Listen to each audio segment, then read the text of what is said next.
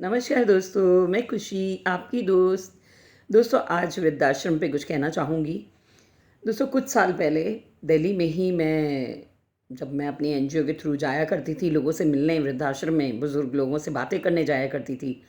मुझे बहुत अच्छा लगता था बुज़ुर्गों के साथ बातें करना। उनसे जब भी बात करती थी, कुछ नया सीख कर आती थी। तो कभी कोई मौसम होता था फल का या आम का, तो मैं लेके जाती थी और उन बुज़ुर्गों को देती थी, मिलती थी, उसी बहाने उनसे बैठकर बातें किया करती थी। और उस अनाथ आश्रम में जितने भी बुज़ुर्ग थी, ज़्यादातर महिलाएँ ही थी। सबसे अलग-अलग आधा घंटा, 1 घंटा मैं बैठा करती थी। पूरा दिन उनके लिए लेके जाया करती थी अपने हाथ में कि आज मैं पूरा दिन बुज़ुर्गों के साथ ही गुज़ारने वाली हूँ। पर दोस्तों, बहुत कष्ट होता था उनको वृद्धाश्रम में देखकर। वृद्धाश्रम क्या कहें कि उनको जेल ही है, वो एक किस्म की जेल लगती थी। मुझे तो जेल जैसा दिखता था और रूह काँप जाती थी मेरी कि हाय! कहीं हमें ऐसे रहना पड़ जाए तो क्या होगा हमारा बुढ़ापे में। सच बोलूँ तो दोस्तों, उनमें एक मुझे मिली जो जिनकी मैं बहुत बचपन में फ़ैन थी, बहुत कहानियाँ भी सुना करती थी उनकी।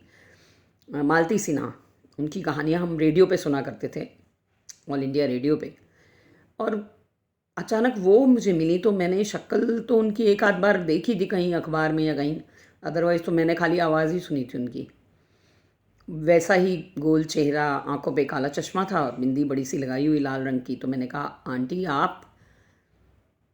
बोलती, "क्यों, तुम मुझे जानती हो?" मैंने कहा, "आंटी पता नहीं क्यों ऐसा लग रहा है कि मैं आपको देखी हूँ कहीं।" कहने लगी कि मैं मालती सिन्हा। मेरे तो रोंगटे खड़े हो गए। मैंने कहा, "अरे! ऐसा? आप यहाँ? आपका परिवार? क्या हुआ? आप तो इतनी अच्छी-अच्छी कहानियाँ सुनाती थी, शिक्षाप्रद कहानियाँ, और आपकी शिक्षा से हम आज इतने बड़े-बड़े होके यहाँ तक आए हैं, सुनते आए हैं, इतने बड़े हो गए कहानियाँ सुनते, और आप ही की कहानियाँ हम कई बार अपने बच्चों को भी सुनाते।"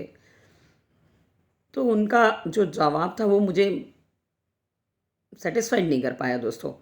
मैंने कहा, "कहाँ है आपका परिवार?" उन्होंने सिर्फ़ छोटा-सा एक ही जवाब दिया, "मेरा कोई परिवार नहीं है।"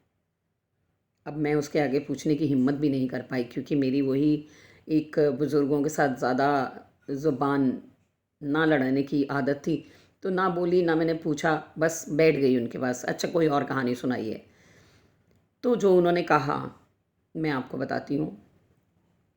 उन्होंने कहा कि खुशी, मुझे सब लोग खुशी ही नाम से बुलाते हैं, जो भी मेरे बहुत प्रिय हैं।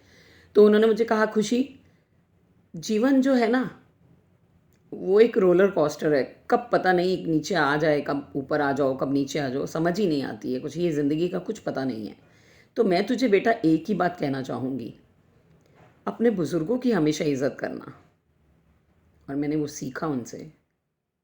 मुझे कोई भी बुज़ुर्ग मिलते हैं, मुझे उनकी उन बात करने से पता चलता है कि उनको क्या चीज़ की रिक्वायरमेंट है। किसी को लगता है कि बस मुझसे बातें करो, किसी को खाने का होता है कि मुझे खाना नहीं मिल रहा है, किसी को लगता है कि मुझे घूमने जाना है, मुझे घूमने ले जाओ, मैं फँस गई हूँ यहाँ पे घर के अंदर, मुझे बहुएँ जाने नहीं देती हैं, पोतों के साथ बंध गई हूँ।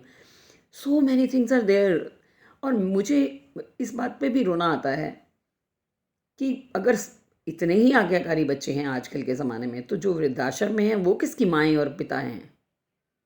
मुझे तो रोना आता है ऐसे बच्चों पे। और उन्होंने मुझे कहा, "सीमा, हम जैसी, या हम खुशी, मुझ जैसी औरतें जो इतनी इंटेलिजेंट हैं, इंटेलेक्चुअल, हम लोग, हमारे पास इतना ज्ञान है, सब कुछ है, लेकिन मैं इस कमरे में अंदर बंद हो गई हूँ, ये मेरा बेड है और मुझे अब दिखाई भी नहीं देता है, मेरी आँखें चली गई हैं, मैंने ऑपरेशन करवाया है, अभी देखो शायद कुछ दिखने लगे।"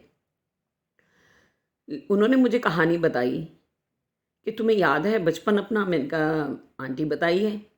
बोली, "जब तुम बच्चा थी, अभी मैं भी सीनियर की एज में आने वाली हूँ, और तब उन्होंने कहा, तुम जब तुम बच्ची थी, तो तुम्हारा जो लाइफ़स्टाइल था, कैसा था?" मैंने कहा, "हम तो भई मम्मा के पूछे बिना या नानी के पूछे बिना जा ही नहीं सकते थे कहीं।" तो उन्होंने बोला, "बिल्कुल सही, लेकिन आज आज तुम्हारे बच्चे तुमसे पूछ कर जाते हैं या तुम्हें बताकर जाते हैं?"